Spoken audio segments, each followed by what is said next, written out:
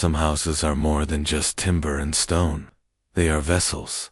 They absorb the years, breathing with the memories of those who have lived within their walls.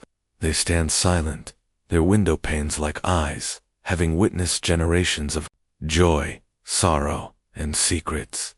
But some houses do more than witness. They participate. They whisper. A coldness emanates from their very foundations, a story etched into the decaying plastered Hobart, Australia, the capital city of the island state of Tasmania. It is a city cradled by mountains and sea, a place of rugged beauty and quiet history. But beneath this picturesque surface lies stories that defy simple explanation. Our story takes us to a single house on a quiet street in West Hobart. To the outside world, it was just another aging home, but to those who knew its reputation, and especially to those who dared to live inside it, it was known by another name, the haunted house. It doesn't look like a monster. It looks like a forgotten memory. Yet for decades, whatever resided within these walls seemed to wage a quiet war on its inhabitants. Families arrived full of hope, only to flee in terror. Lives were unraveled, minds were fractured, and a legend was born. The neighbors would talk in hushed tones of lights flickering in empty rooms, of cries heard on the wind. Everyone agreed. The house was possessed by a malevolent spirit, an entity that refused to share its space with the living. But is that the true story? Is a haunting ever so straightforward? Or does the real horror lie not in the supernatural, but in something far more tangible, more insidious, and ultimately, more terrifying? Today, we will unlock the door to the West Hobart House. We will step across the threshold where legend and reality became indistinguishable. This is the story of how a house became haunted, and how the greatest ghosts are often the ones that live inside our own minds. The pattern was always the same. It began in the late 1960s and continued for nearly 30 years. A new family, often with young children, would be drawn to the house's old-world charm and spacious rooms. The first few weeks, even months, were idyllic, a time of new beginnings. But the honeymoon period never lasted. The house would begin to stir, slowly at first. It started with the small things, the kind of trivial occurrences you dismiss as tricks of the mind or the quirks of an old building. Keys would vanish from the hook by the door, only to reappear in the most unlikely of places. A book, left on a bedside table, would be found lying open on the kitchen floor. Doors firmly shut would be found slightly ajar. At first, the families blamed forgetfulness, a faulty latch, an old house settling. But then, the phenomena would escalate. The subtle whispers of the house grew into a voice. The mother of one family later recounted her experience to a local journalist. She described a constant, unnerving feeling of being watched, particularly in the kitchen. She'd be washing dishes and feel a cold breath on the back of her neck. She would spin around, heart pounding, to find nothing but empty air. Yet, the chilling presence lingered. The father of another family spoke of debilitating insomnia. He would lie awake for hours, staring into the oppressive darkness of the master bedroom, convinced that a figure was standing in the corner of the room, just beyond the reach of the moonlight. He never saw it clearly, but he felt its gaze, a heavy, malevolent stare that pinned him to the bed. The children were often the most affected. Their imaginary friends became sinister. They would have long, detailed conversations with entities in the walls.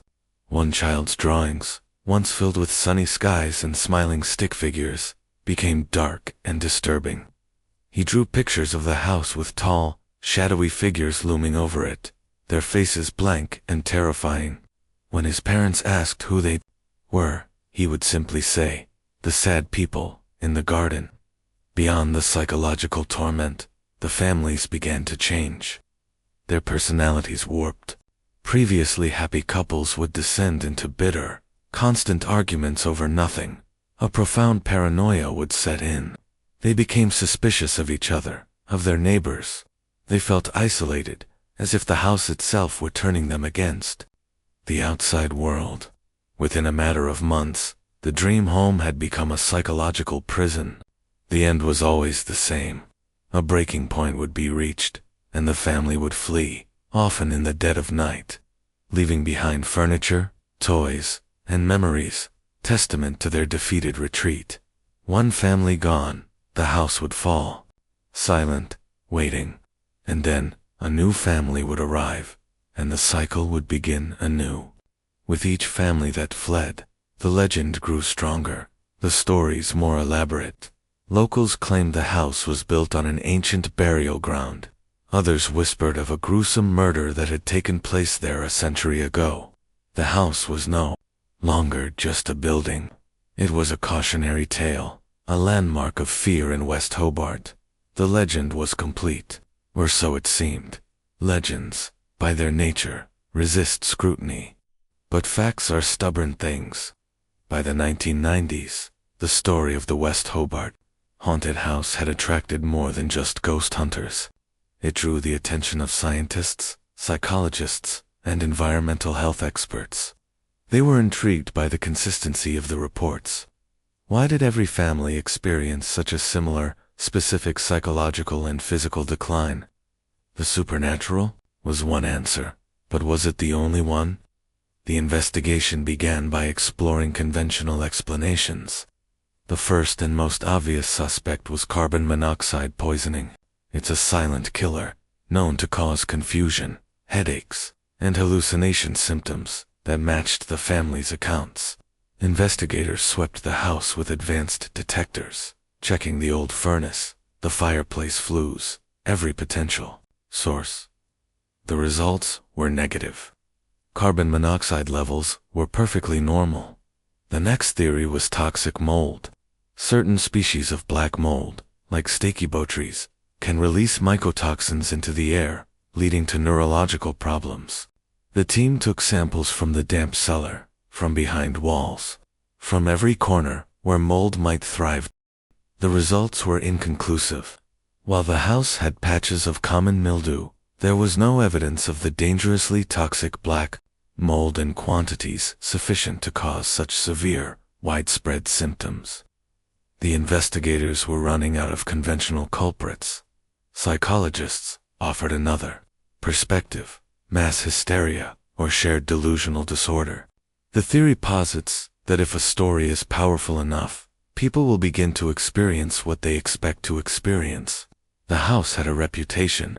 Perhaps families moved in already primed for a haunting.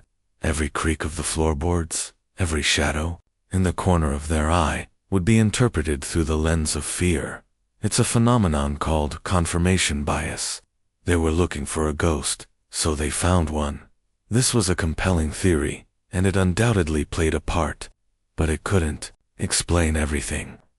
Specifically, it struggled to account for the physical symptoms: the intense headaches, the dry mouth, the dilated pupils, the profound dizziness that multiple, unrelated people reported. Psychology could explain the fear, but could it explain the distinct physiological sickness? The investigators felt they were missing a piece of the puzzle. The answer, it turned out, wasn't hiding in the air or in the minds of the victims. It was waiting for them in the garden. It was an environmental scientist who finally noticed it.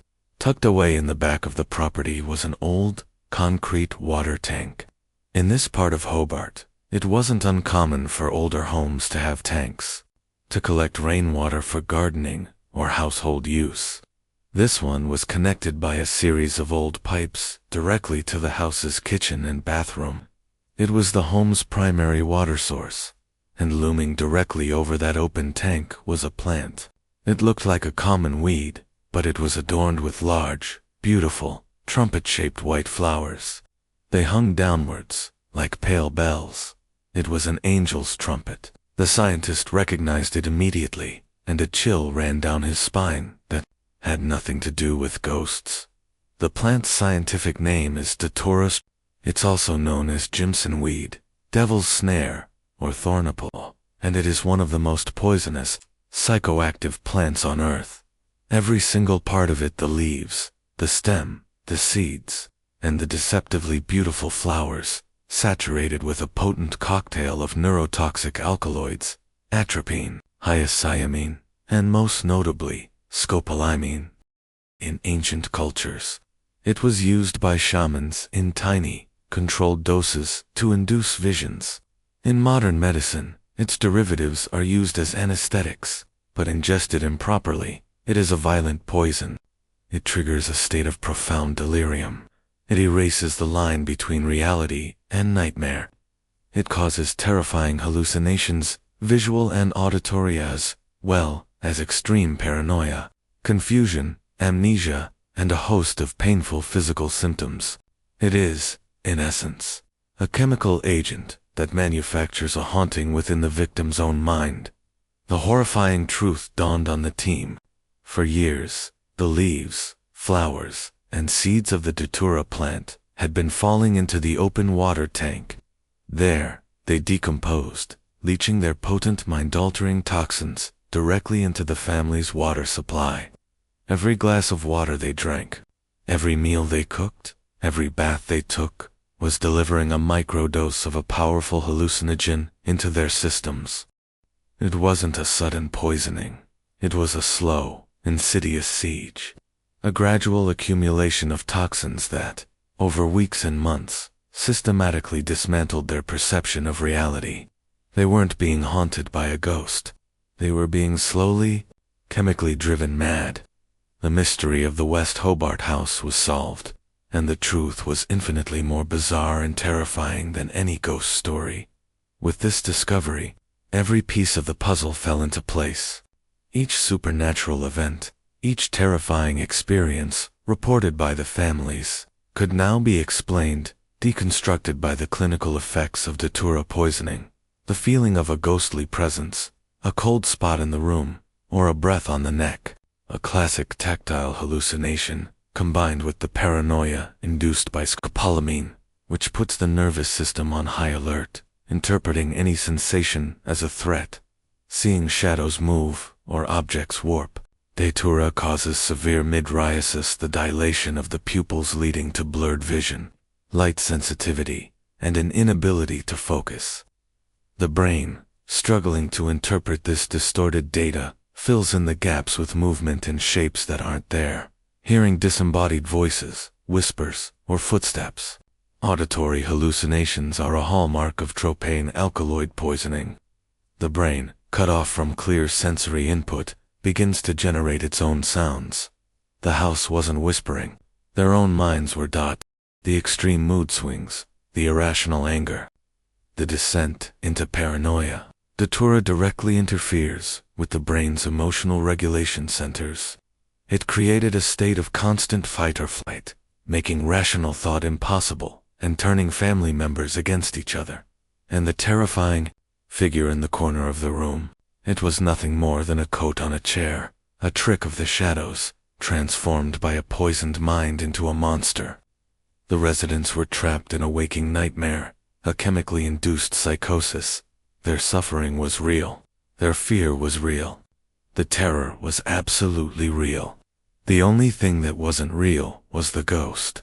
The house itself was innocent. It was just a structure of wood and nails. The true villain was this silent, beautiful, and deadly plant, which had turned a family home into a laboratory for madness, year after year. Family after family. Once the truth was uncovered, the remedy was simple. The Datura plant was removed and destroyed. The old water tank was disconnected and sealed. The house's plumbing was replaced, connected to the city's main water supply. And just like that, the haunting stopped. The West Hobart Haunted House is no longer haunted. It's just a house again. The story serves as a powerful, chilling reminder.